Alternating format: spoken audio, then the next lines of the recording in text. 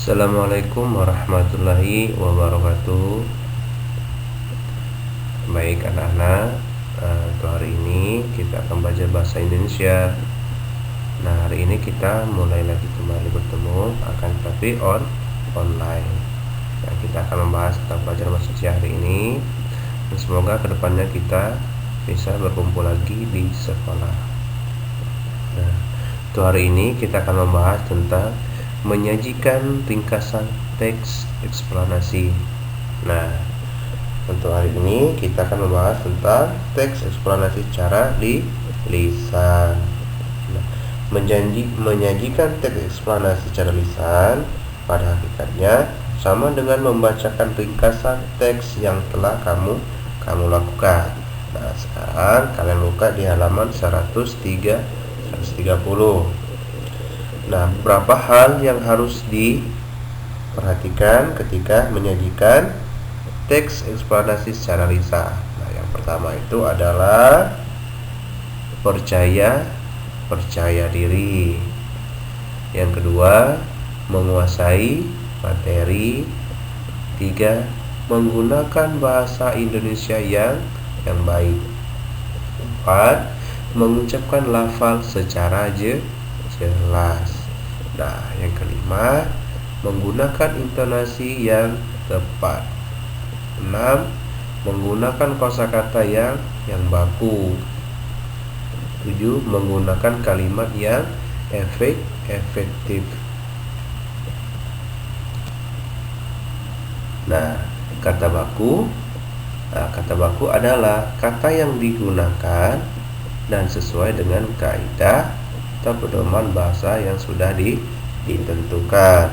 Nah, jadi kata baku ini merupakan suatu kata yang aturannya atau ejaan kaidah bahasa Indonesianya sudah benar. Nah, serta bersumber dari bahasa baku, yaitu Kamus Besar Bahasa Indonesia atau KBBI. Nah, biasanya kata baku ini digunakan untuk penulisan ataupun pengungkapan kata yang bersifat resmi. Nah, ciri-ciri kata baku banyak ya sebenarnya. Nah, yang pertama, tidak dipengaruhi oleh bahasa daerah. Kedua, tidak dipengaruhi oleh bahasa asing. Nah, yang ketiga, digunakan sesuai konteksnya. Nah, kalau ciri-ciri kata tidak baku, yang pertama, digunakan bahasa sehari-hari, itu tidak baku. Yang kedua, sudah dipengaruhi bahasa asing, berarti bercampur dia. Yang ketiga, dipengaruhi perkembangan zaman. Kadang itu termasuk bahasa gaul karena bahasa sekarang. Keempat, bentuknya bisa berubah-ubah, sedangkan baku tidak berubah-ubah karena dia mengikuti bahasa yang sudah disesuaikan dengan Kamus Besar Bahasa Indonesia. Selanjutnya, ciri-ciri kalimat yang efektif.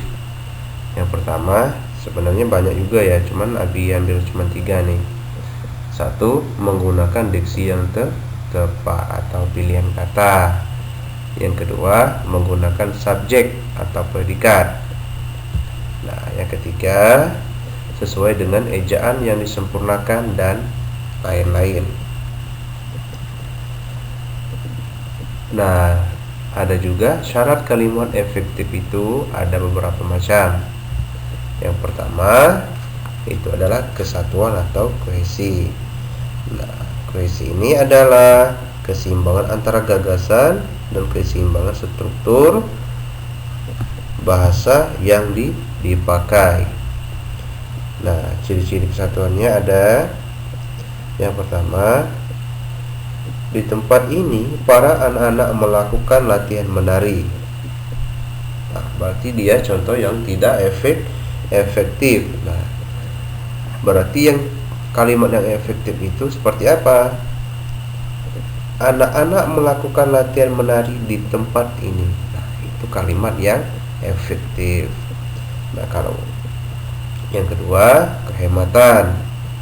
Nah, kalimat efektif untuk kehematan ini menghindari pemakaian kata yang tidak perlu.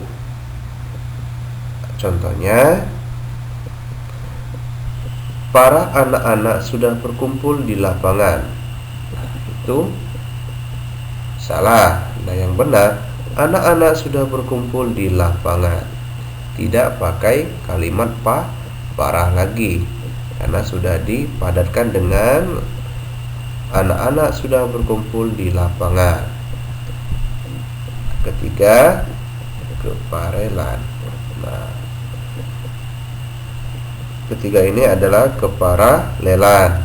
Nah, keparalelan ini adalah kesamaan bentuk yang dipakai dalam kalimat. Contohnya, nah, Pak Kades menjelaskan pemaparan dan penerapan sebuah aplikasi pada peserta yang hadir. Nah, itu kalimat yang salah. Nah, yang benar seperti apa? Pak Kades menjelaskan, memaparkan, dan menerapkan sebuah aplikasi pada peserta yang hadir. Itu yang benar. Bukan pemaparan, tapi memaparkan. Yang keempat, kelogisan. Nah, contohnya, untuk kelogisan ini, ide kalimatnya dapat diterima oleh akal dan penulisannya sesuai dengan ejaan. Contohnya, waktu dan tempat saya persilakan. Nah, itu contoh yang salah. Dan sebenarnya Bapak Kepala Sekolah saya persilakan, karena tidak mungkin waktu dan tempat itu akan diambil sama kepala sekolah atau orang yang berpidato atau membacakan puisi. Kelima, kepaduan. Nah, kepaduan ini terjadinya hubungan yang padu antara unsur-unsur pembentuk kalimat. Contohnya, ayam memakan Yudi tadi siang. Ayam memakan Yudi tadi siang. Kan tidak mungkin ayam yang memakan. Nah, yang benar adalah Yudi memakan ayam tadi siang. Yudi memakan ayam tadi siang. Nah, yang dimakan ini adalah ayam yang sudah dimasak. 6. Ketepatan.